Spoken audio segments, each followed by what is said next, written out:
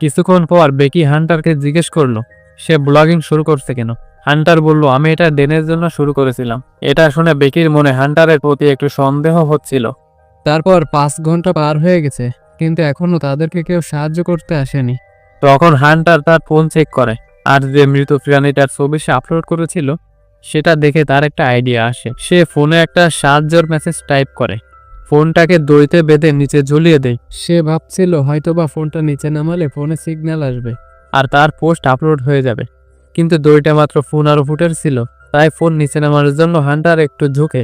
তারপর সে নিচে ঝুলেও চেষ্টা করে, কিন্তু তার সেই চেষ্টা ব্যর্থ হয়। এরপর বেকি একটা আইডিয়া পায়। সে বলে যে নিচে পুরোপুরি সিগন্যাল থাকবে, তো আমরা আমাদের ফোনটা নিচে কোথাও ফেলে দিই। হান্টারও রাজি হয়ে যায়। ওর জুতা খুলে ফোনটা ভালো করে জুতোর ভিতর রাখে, যাতে ফোন ভেঙে না যায়। এরপর তারা ওদের মোজা আর কাপড় ব্যবহার করে ফোনটা সুরক্ষিত করে। তার ফলে দুজনে মিলে ফোনটা নিচে ফেলে দেয়। ফোনটা নিচে চলে গেল, কিন্তু দূরবীন দিয়ে দেখলেও ওরা ফোনটাকে দেখতে পাচ্ছিল না।